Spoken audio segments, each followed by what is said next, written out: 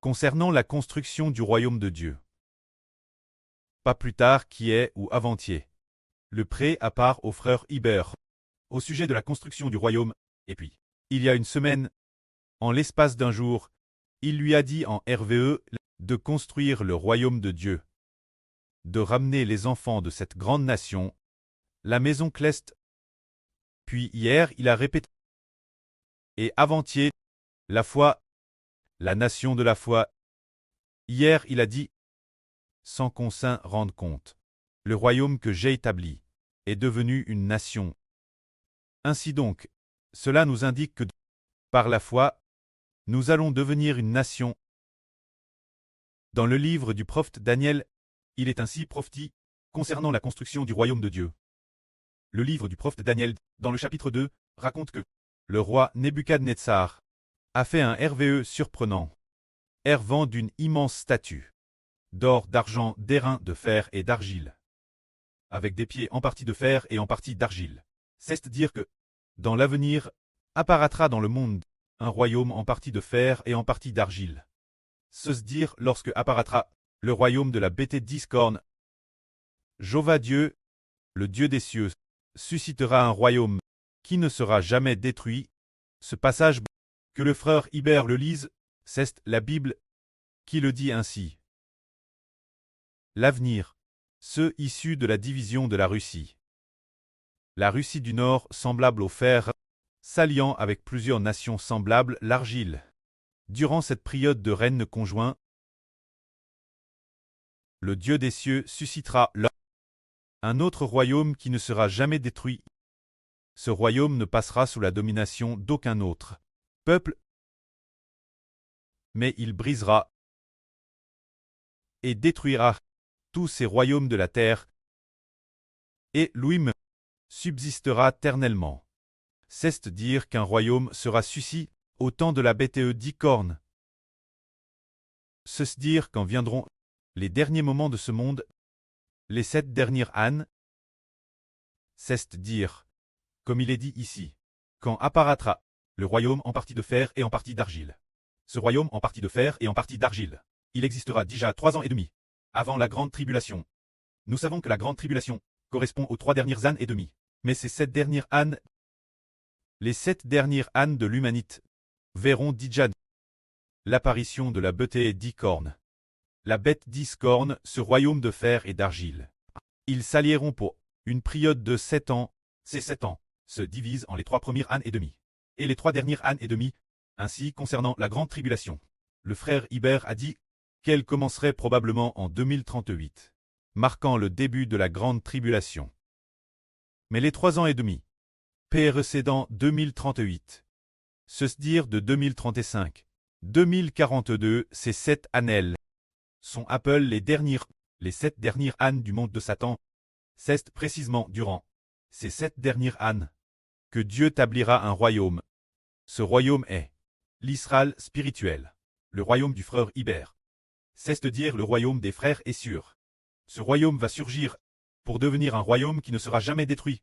Et puis, il brisera toutes les nations et tous les peuples. Ce royaume ne sera pas donné la terre, ni poste par toutes les nations et tous les peuples, n'appartenant pas aux nations et aux peuples de la terre. La terre, ce royaume est. Ce gouvernement sera uniquement posé par le peuple de Dieu. Ainsi donc, le précleste va établir ce royaume, est-ce en 2038 ou en 2035? C'est en 2035 que ce royaume sera établi. Avant, nous pensions tort que c'était jusqu'à la grande tribulation pour qu'il puisse se lever. Ce n'est pas le cas. C'est avant la grande tribulation.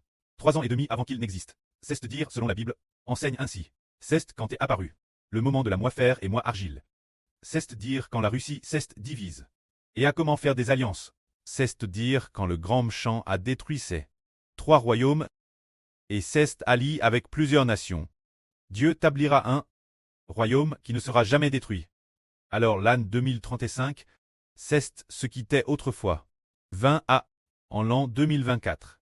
Un jour sur Zaoin t'est l'autel. Et a entendu une voix dire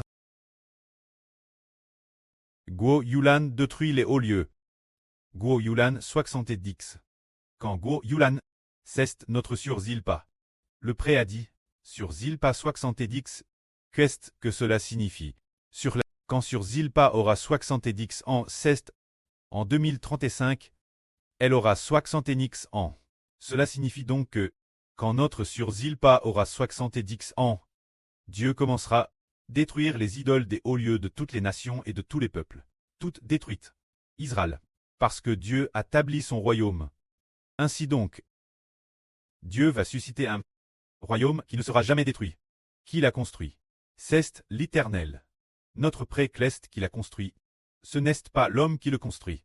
Dans ce cas, cela s'est accompli. Ce que le pré-clest a dit hier au frère Hébert. C'est vraiment merveilleux. Je bâtisse le royaume que je bâtisse. C'est vraiment si merveilleux. Sans qu'on s'en rende compte, il est devenu un royaume. On a alors découvert que c'est Dieu qui l'a construit.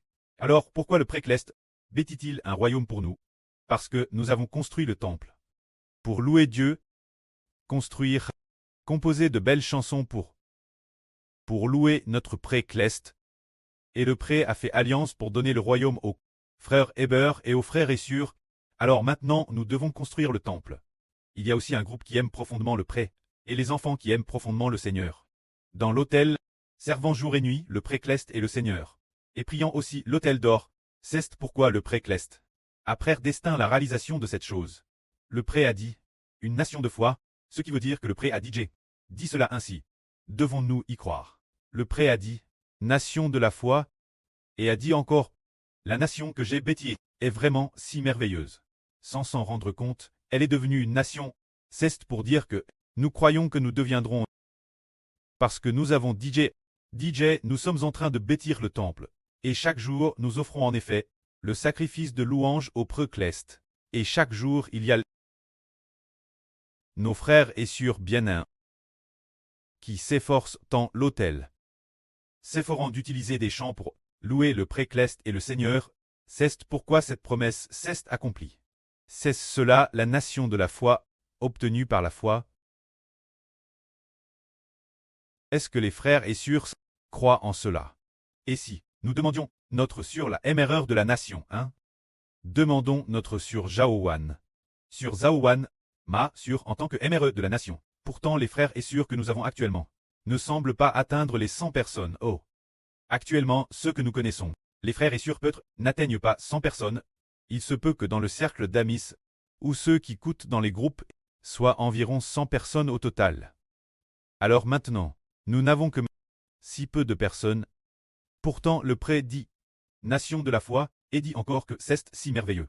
La nation que j'ai bâtie, sans s'en rendre compte, elle est devenue une nation. Alors ma sœur croit-elle que si peu d'enfants deviendront vraiment une nation? Oui, elle deviendra une immense nation. Le pré le fera. Nous devons avoir la foi. Ma sœur dit que oui. Qu'elle deviendra une immense nation. Que le pré accomplira cette chose. Que nous devons avoir la foi. Alors une telle foi de la part de ma sœur est bien digne d'une émeraude de la nation.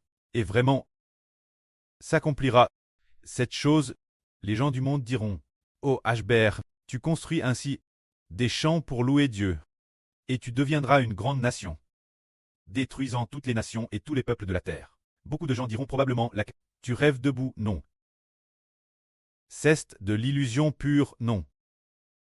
Tu as juste, avec quelques un groupe de surgestes et quelques frères, et c'est ainsi en louant Dieu que tu l'obtiens.